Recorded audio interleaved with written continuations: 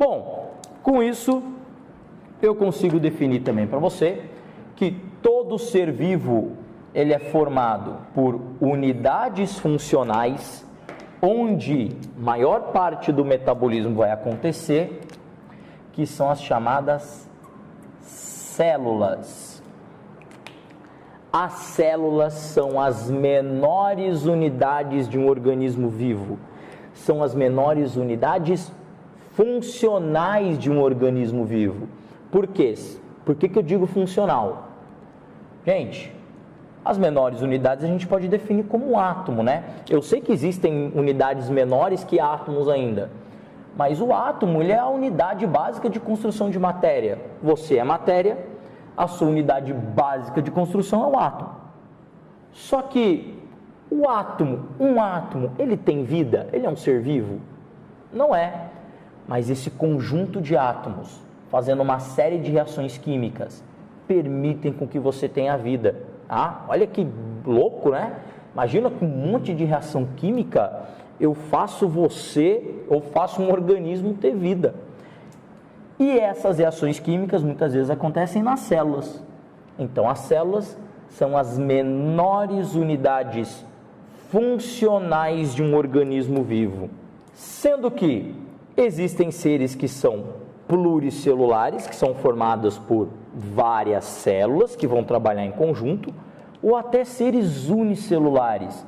Tem organismos que, sendo uma célula, já são ou já fazem todo o metabolismo necessário para ele viver, que é o caso das bactérias, de alguns fungos, algumas algas.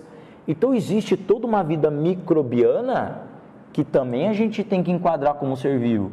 Muitas vezes a gente esquece que existem micro-organismos no planeta, né? A gente costuma só falar que ser vivo é planta, é animal, mas esquece dos micro-organismos. Eles também são seres vivos, portanto apresentam esse mesmo conjunto de características, ok? Veremos também quais são os seres vivos. Isso aqui é importante para que você abra o seu leque de exemplos. Poxa, existem lá bactérias, existem fungos, existem algas que são organismos vivos tão importantes quanto a gente para o meio ambiente. Maravilha? Então, todo ser vivo tem uma composição química específica, apresenta o metabolismo e apresenta as células, ok? Outra característica importante, gente, todos os seres vivos apresentam dentro das suas células instruções de como o metabolismo é realizado.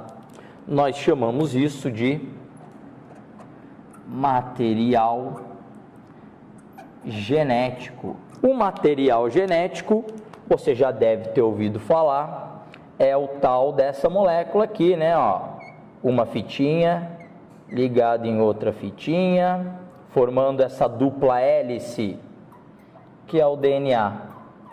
A molécula que guarda a informação para o metabolismo de um organismo. Isso é molécula, então é formada por átomos.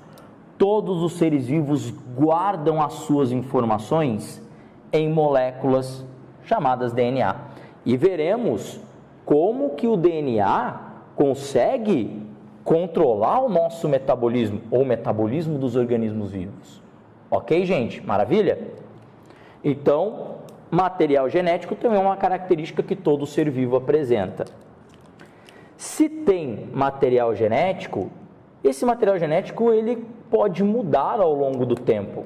Se o material genético muda ao longo do tempo, os seres vão ganhando novas características.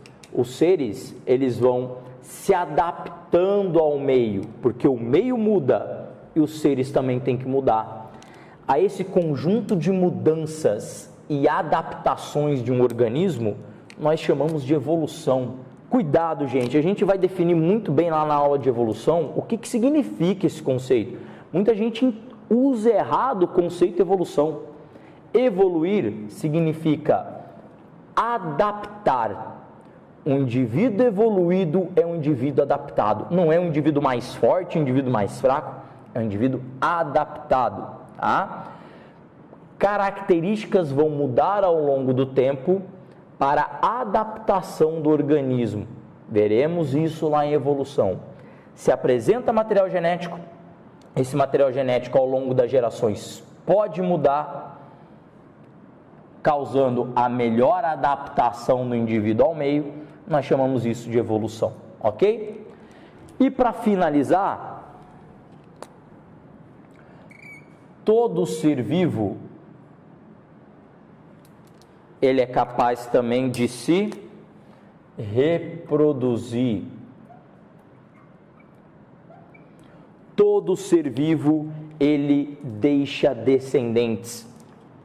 Deixar descendentes quer dizer que os seres vivos, através do seu material genético, passa esse material genético adiante para os seus novos descendentes, para que esses descendentes continuem a espécie.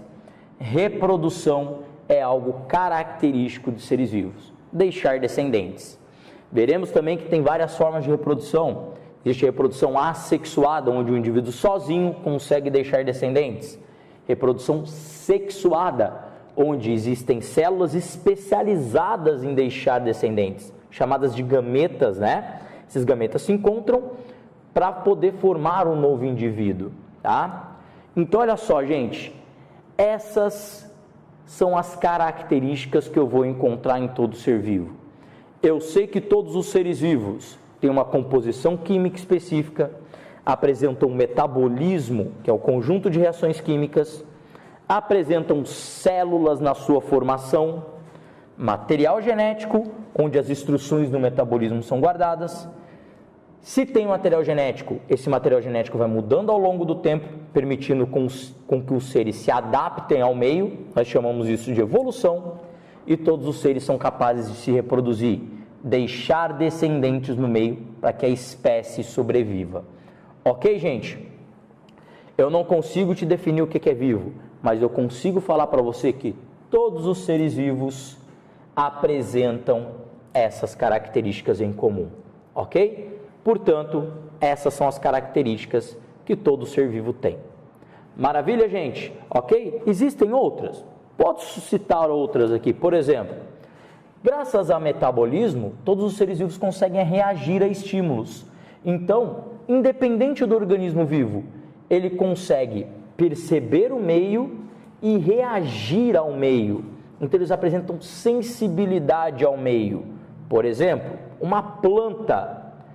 Existe um mecanismo onde a plantinha pode curvar em direção ao sol. Não sei se você já viu isso, né? Você deve plantar o feijãozinho no algodão lá, deixar o feijãozinho próximo ao sol, mas não em contato direto. O feijão ele vai curvar em direção ao sol, ele vai procurar ao sol. Então, olha só, isso é uma resposta ao meio. Então, todo organismo apresenta sensibilidade, apresenta capacidade de reagir ao meio. Ok, gente? Maravilha? Então, essas são as características dos seres vivos. Valeu, um abraço.